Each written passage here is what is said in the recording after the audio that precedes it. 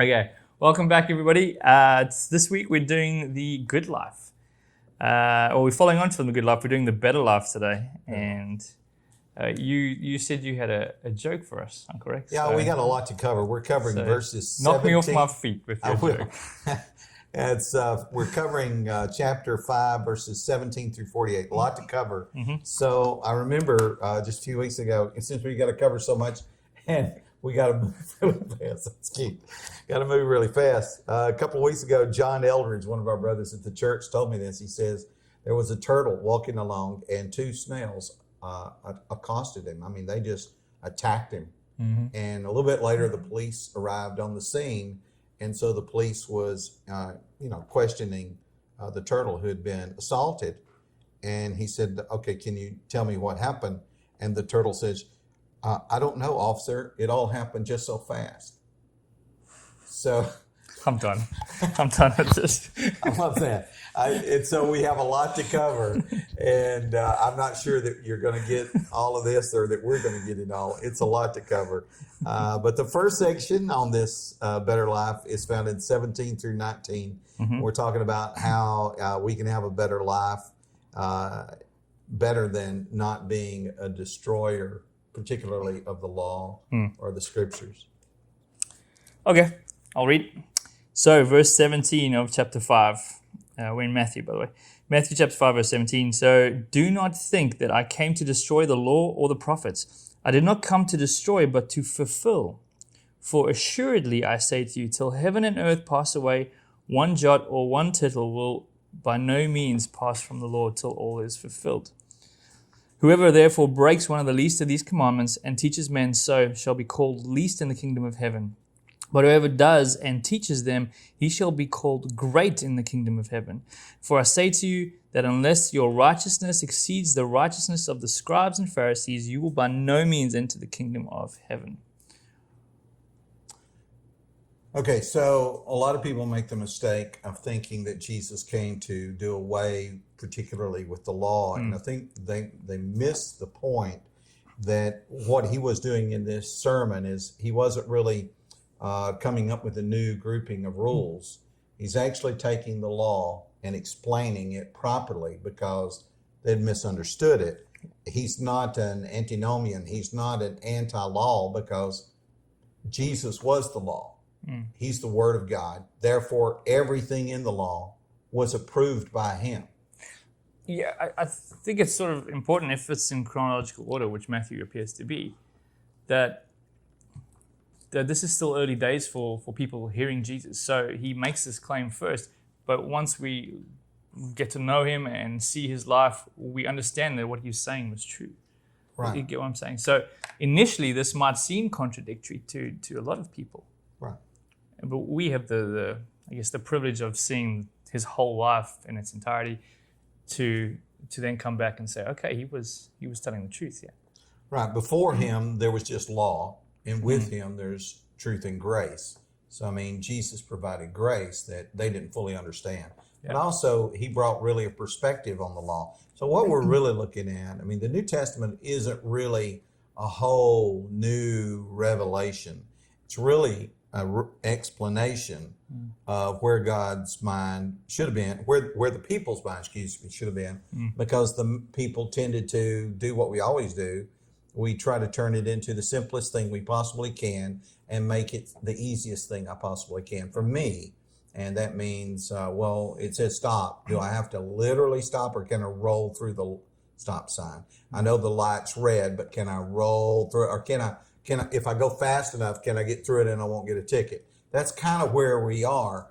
We try to find the easiest way possible. Yeah. And so even in his day, they thought because he's offering grace, that he was seeking to destroy that. But actually, he fulfilled it, did everything it required, and was calling everybody to do the same. And this Sermon on the Mount particularly is just trying to get people to not just do the letter, but to do it from the spirit of which it was written originally and what God originally meant.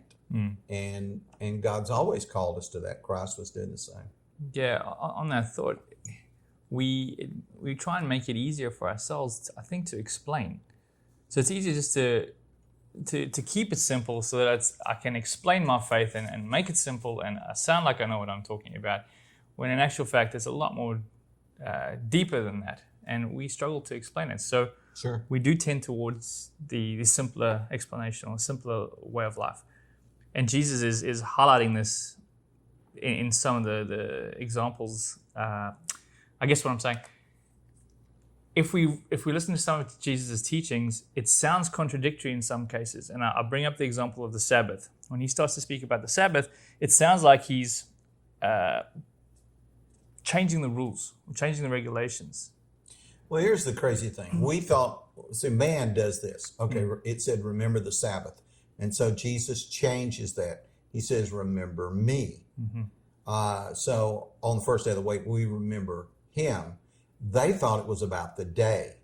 And they thought it was about not doing anything. When actually the reason they were not doing anything is they'd been slaves in Egypt. And so they needed to not do anything because they'd work 7 days a week forever, right? And they'd never had time to remember God.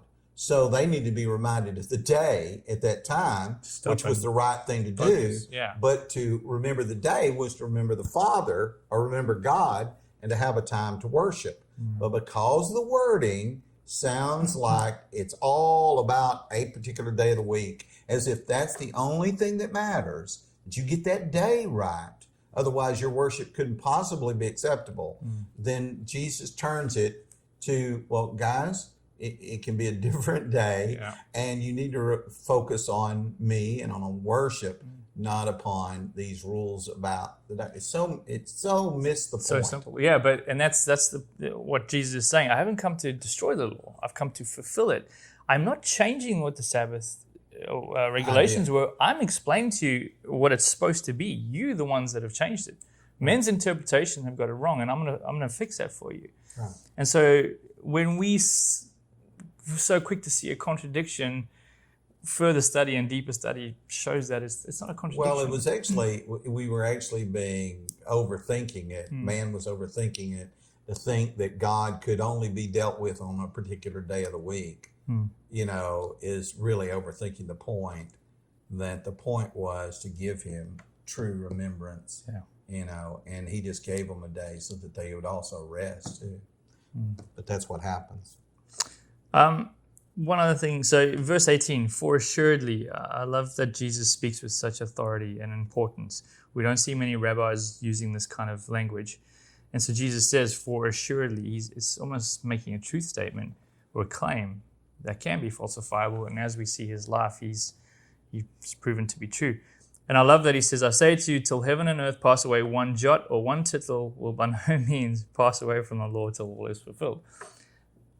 So I got this little thing for everybody to look at because I think this is really cool. When he's talking about jot, Jord, the interpretation is Jord, which is the letter in the Hebrew. It's the smallest letter in the Hebrew. And so he's saying not one Jod, smallest piece, or tittle. Now, tittle was the difference between, like, this is bet and this is kaf. It looks very similar if you take that away, and you see the little piece there is known as the tittle. That you take that away, it changes to a different letter. And it's so interesting that Jesus says not one yod or one little tittle like that shall be removed. And it really emphasizes the Exactness. The exactness, but not only the exactness, but the consistency of God. That his word, that his design is consistent and will always be. And it ties in with his nature itself, with Absolutely. God's nature. And so we can rest assured on Jesus that this is our hope, that it's consistent. I love that. I need consistency in my life. I was go mad. Right. I mean, that's the reason when they put the pointing in to the Hebrew Old Testament scriptures, they put pointing in that gave vowel sounds because they were forgetting how to pronounce it. And they left the word exactly as it was and did this around the word. Correct, yeah. So it didn't add anything except a way to pronounce the word. Pronunciation, yeah, correct. And that's a problem. And you make an interesting statement about the rabbis. Even to this day, rabbis don't preach sermons. It's about black and white so much as it is about questions. Yeah. You know, they ask questions and give both sides, and then you have to make up your mind. That's the tendency. Yeah, so there's something very interesting about how Jesus speaks that caught their attention. They're going, hey, who's this guy who's speaking with authority? They do say that. Right. And well, he was the Word. Well, we know now. So he was the Word, and he was the Old Testament, so he knew what he meant. But imagine being there for the first time, and this guy starts speaking this way. I'm going, huh?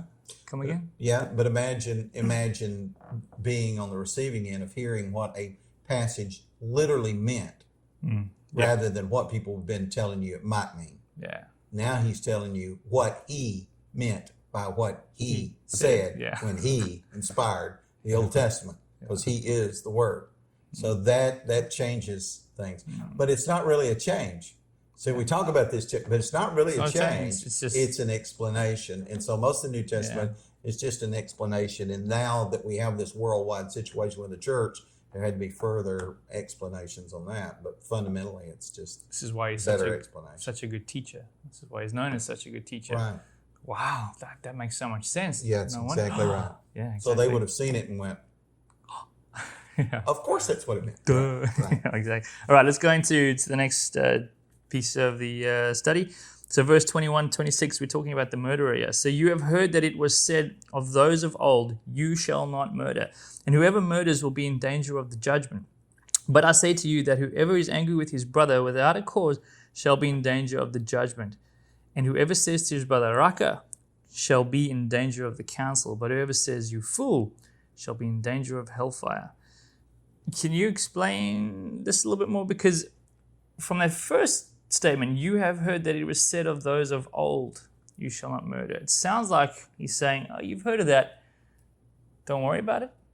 Is that what he's saying? No, what he's really saying that you think that all you have to do is not kill anybody.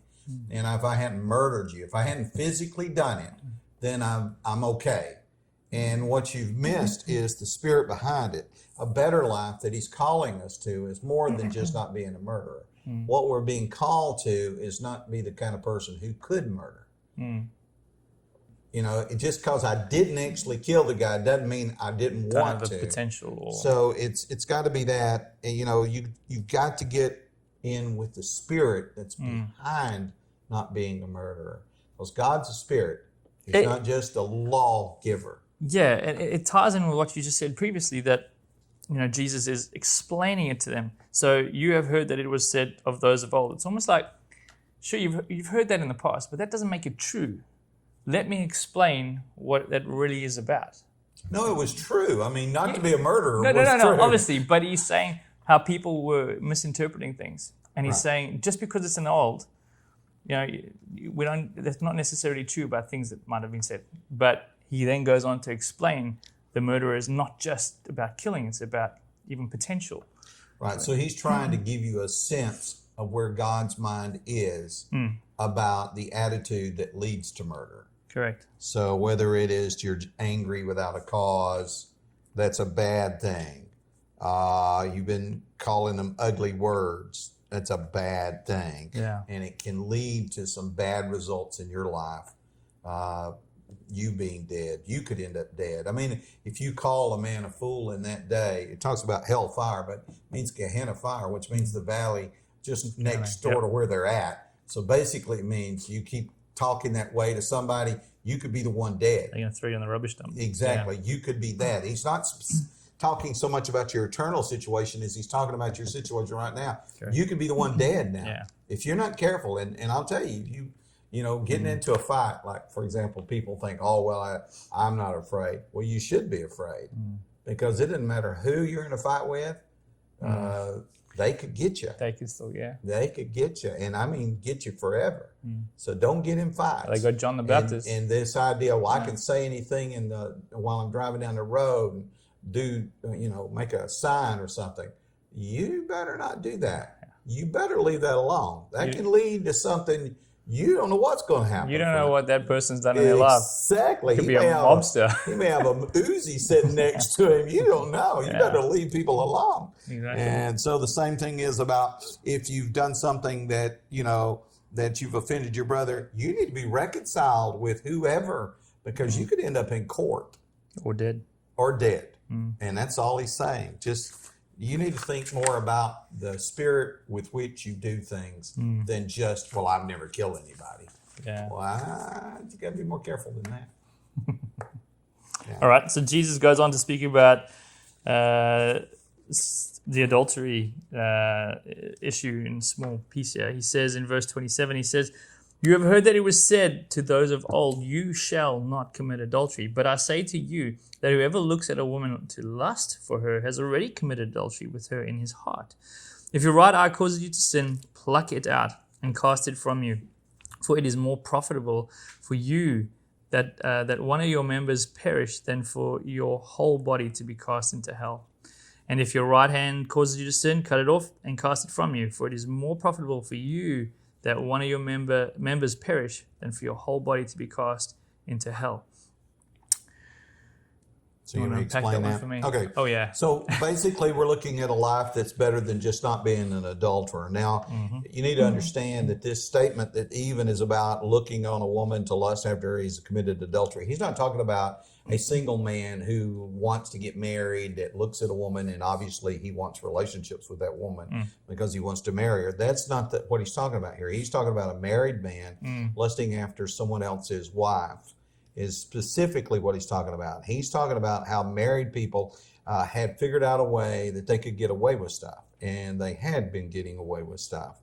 And what he's saying is that this is the kind of thing, you committing adultery with somebody else's wife can get you dead.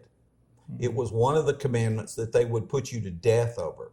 John 8 is a good example. They took up stones to stone this woman caught in the very act of adultery. She was not having relationships with a single man. She's a married woman having relationships with a married man who doesn't show up on the situation, by the way. So that kind of thing, it was a death penalty on that. You could die for that, being cast into hellfire. He's talking about in Gehenna. That's literally the word here.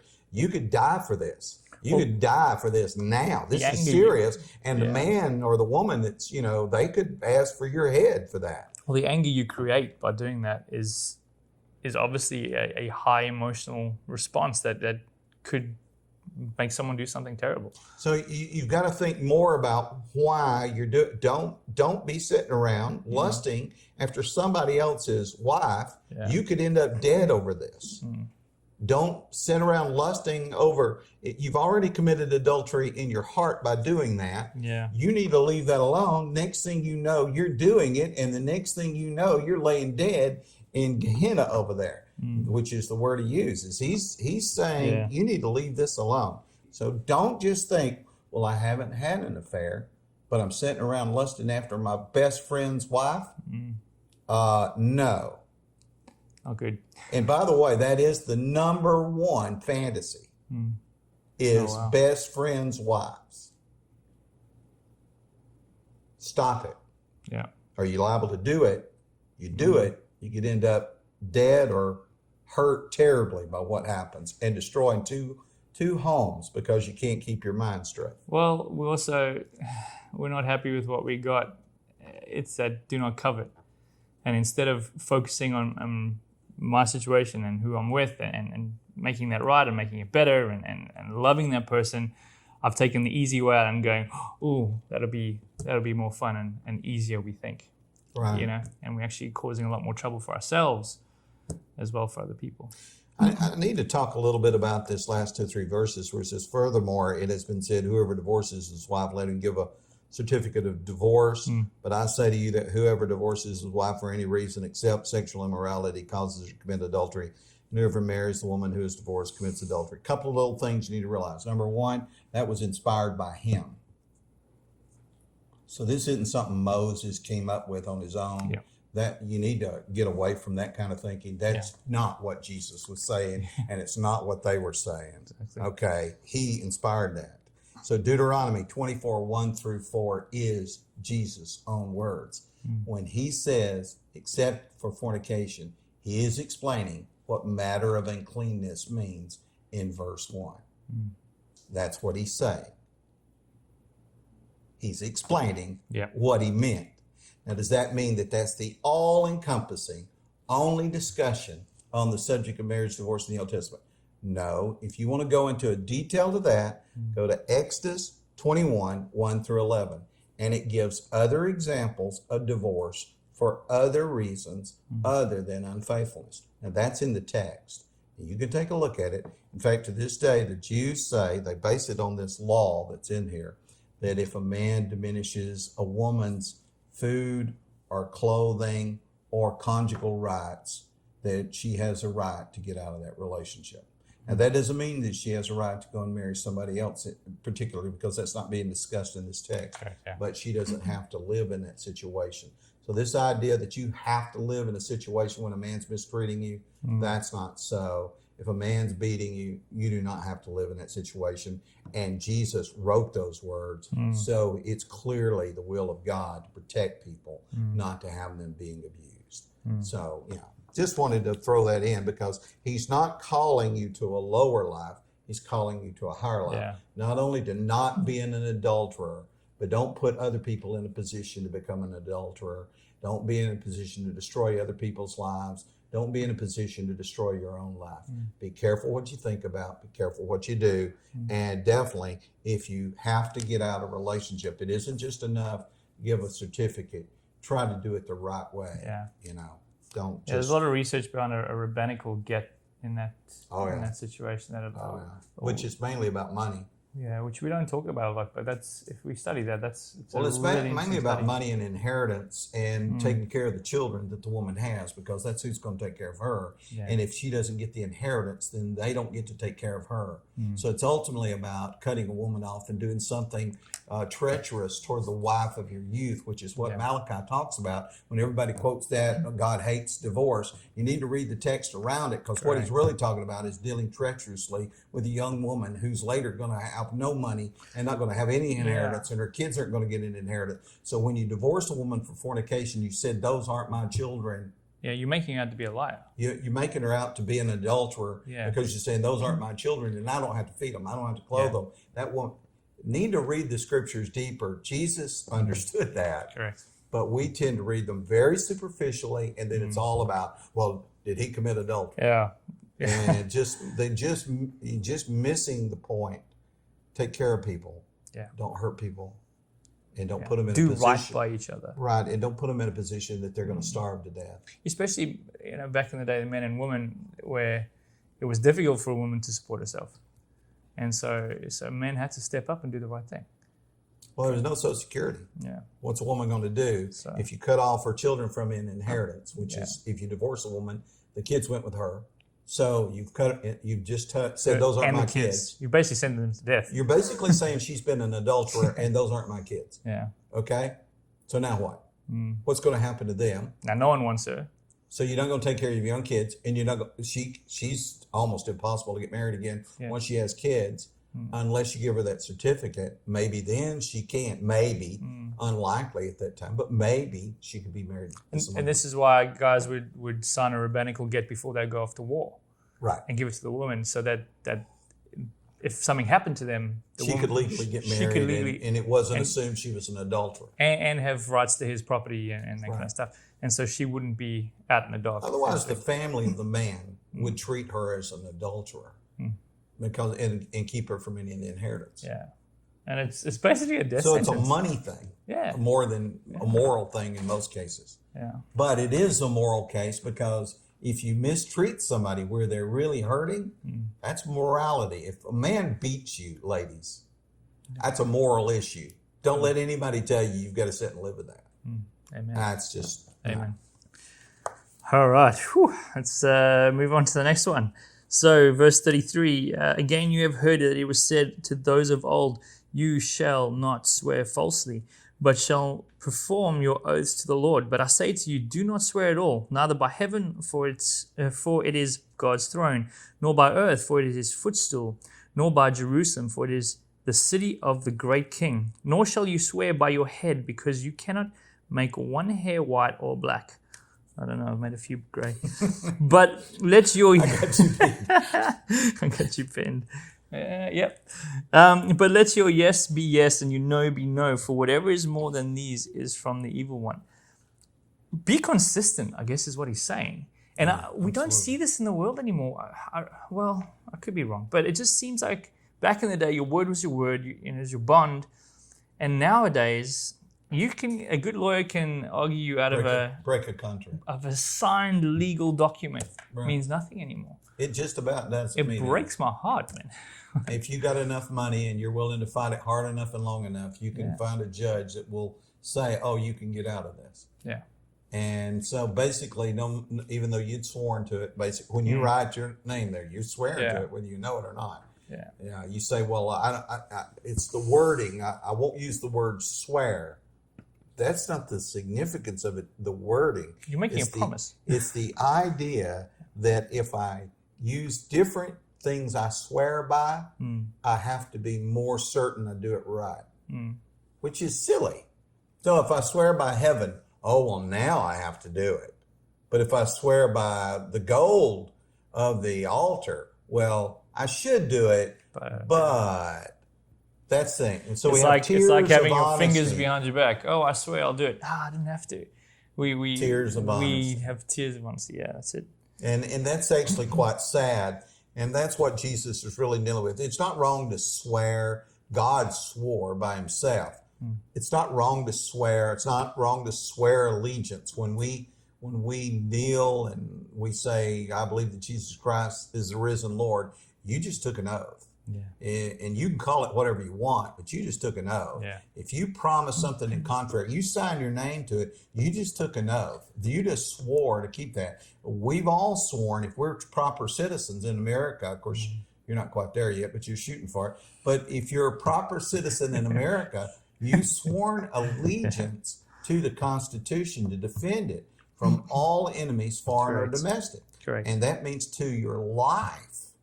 I mean, to your life, you must do it. Yeah. So that's not something to kid around about. No. And when you become a Christian, you've basically sworn allegiance to Christ to your soul, not just your life, your soul. So it's not that it's wrong. It's wrong to swear or promise or whatever you want to call it, and make some promises more important than others. Yeah. And it's just not true. If you say something, especially the Lord, you better keep it. Keep it, yeah. And with each other, keep what you say. I'll be there tomorrow at 9:30. Okay, be there. Don't let people down. Be consistent. Be someone who's trustworthy and respected. In all this little quibbling over this, look at where the source is. It's from the evil one. All of our quibbling over truthfulness is from the evil one. Yeah, for whatever is more than these is from the evil one. That's good. Yeah. Good point. All right, let's move on. 38 through 42. 38, 42. So you have heard that it was said, an eye for an eye and a tooth for a tooth. But I tell you not to resist an evil person. But whoever slaps you on your right cheek, turn the other to him also. If anyone wants to sue you and take away your tunic, let him have your cloak also. And whoever compels you to go 1 mile, go with him too. Give to him who asks you. And from him who wants to borrow from you, do not turn away. Okay, this is an interesting idea because let's first tackle an eye for an eye, a tooth for a tooth. You hurt me, I must hurt you back, right? No. Well, I like that idea. No, that's not what it means. That means that if someone does you damage, you have the right to compensation for an equal compensation. It doesn't necessarily mean the exact same thing. Equal compensation is not necessarily exactness. A good example of this is in Exodus 21, also 22 through 27, when a woman intervenes in a husband and another man getting into a fight, and somehow the other man strikes the pregnant woman and she miscarries and has the baby. And then it says, and the man who did that will have to repay hand for hand, eye for eye, tooth for tooth, life for life. And so a lot of people conclude, well, if the baby dies, that's life for life. And a lot of people who are anti-abortionists, which I am, I'm a pro-life person, anti-abortionist. Amen. So believes that means that the baby dies, that the man must die. But this is 12 to 1500 years BC. A preemie baby always died. 1/3 of the natural babies virtually died at that time period. So the baby died. That's not what he's saying. He's saying if the mother dies, then life for life. Game on, You've killed a woman. Yeah. But if the baby dies, that's the reason eye for eye, tooth for tooth, hand for hand. That means that however far along she was, there should be some kind of a payment that's appropriate that compensates that man and his wife for the loss that they're now, the grief that they're experiencing. However they deem that, however the judges, the rabbis would work that out with them, what would be appropriate to pay. It's the same with your eye. If I knock your eye out, do you have the right to knock my eye out? Legally speaking, but that almost never happened because a man would rather be compensated. Yeah, I'd rather money take your money or something. Or favors or bartering of some sort would take place. A lot, and it would be for the rest of your life kind of thing. So, you're not going to have your eye for the rest of your life. So the next 20 years, you'd be maybe willing to do this thing for me. And that would end up being better for you than me knocking your eye out. And so, yes, you have a right to defend yourself in court to get compensation, but it rarely meant actually killing somebody. So even if you kill somebody in the family, yes, you could have the man killed, but life for life. But often it would be better to have him indentured to your family to work for you, indebted for the rest of his life. It was that kind of thing. And that's the way the Jews always interpreted it. And Jesus agrees with that interpretation of it. Yeah. And but this latter part is, because that's true, because they never rarely took that eye, then it's also true that you should go beyond and not just naturally want to hurt somebody. Yeah. So when they ask you to go a mile, go with them too. If they need a cloak, give them the cloak also. Go further, do more, be kinder. Don't be out for the eye. Don't be out for doing the least possible you can do, but think through it. Think what would be best for everybody and go that second mile. And otherwise, you're going to be in trouble with everybody. If you're an exact person nature, you're going to be in fusses and fights with everybody. Yeah. And so that whole idea, but whoever slaps you on your right cheek, turn the other to him also. Otherwise, you're going to... If it's your left cheek, you're allowed to fight. In other words, if I've right, got it, and I'm going to turn you around and say, okay, stand there. I'm going to slap you. Well, we know where that'll go. Do not do that. And so the best thing to do is turn the other one. Why? Because now what you're really wanting is the friendship back. Well, yeah. Because that's actually in your best interest. To de-escalate as well. Absolutely. And it leads, the last two paragraphs lead into verse 43, which I think sums it all up. You have heard that it was said, you shall love your neighbor and hate your enemy. But I say to you, love your enemies. Bless those who curse you, do good to those who hate you, and pray for those who spitefully use you and persecute you, that you may be sons of your Father in heaven, for he makes his sun rise on the evil and on the good, and sends the rain on the just and the unjust. For if you love those who love you, what reward have you? Do not even the tax collectors do the same? And if you greet your brethren only, what do you do more than others? Do not even the tax collectors do so? Therefore you shall be perfect, just as your Father in heaven is perfect. To love your enemy is so difficult. Okay, let's really be honest here. Someone who takes my eye out, Jesus is saying, hey, let's go beyond that. Instead of getting back at him, let's go beyond that and let's turn it let's turn it into love. Let's love our enemies. That's a huge step. It's difficult. Absolutely. I think that how do you do that? How do you do that? Well, I think you have to transcend. You have to see things from God's perspective. Your enemy is your friend. You just don't know it. What's that old saying? The enemy of my enemy is my friend. So your enemy is your friend. If you've had a misunderstanding, but that doesn't mean that he's your forever enemy. Yeah. And you need to love him because God loves him. And because he's made in the image of God too. Right. He is essentially God, part of God. And why would I want to? It's hard for us to think, but God loved Hitler. God loved Pol Pot. God loved Stalin, Mao Zedong, all those guys, the murderous guys of our century. He loves this officer who may have been the murderer of George Floyd. It's so difficult, but I would say if we're focusing on Jesus, it makes it a lot easier. And why I say that is because while we were enemies, Christ still died for us. Exactly. So we see that Jesus says you should love your enemies, but not only does he say it, he does. lives it. And he actually dies for his enemies. Father, forgive them. And when you do that, It's huge. I know it's rare that we get to do it, really. I mean, we kind of do it. But when we do that kind of thing, that is perfection. Yeah. That's You what it's can't about. do anything greater than that. The greatest of these is love. Right. When someone does you wrong and you keep doing good things to them, that's perfection. I bring the story up a lot with Stephen because he's a man, he's not Jesus, but even somehow Stephen was able to do this. You know, while he's being stoned by people he probably knew, maybe some of them were his friends or family, I don't know, but he's somehow able to say, Father, forgive them. And the only thing I can find in the text is that he's so focused on Jesus. He says, I see him sitting at the right hand of God. The fact that he's focused on Jesus somehow brings him up to a different level of love and forgiveness, and in the midst of being stoned. I find that fascinating. You know, as we move along on this path of Christianity, we first do what we do mainly out of fear.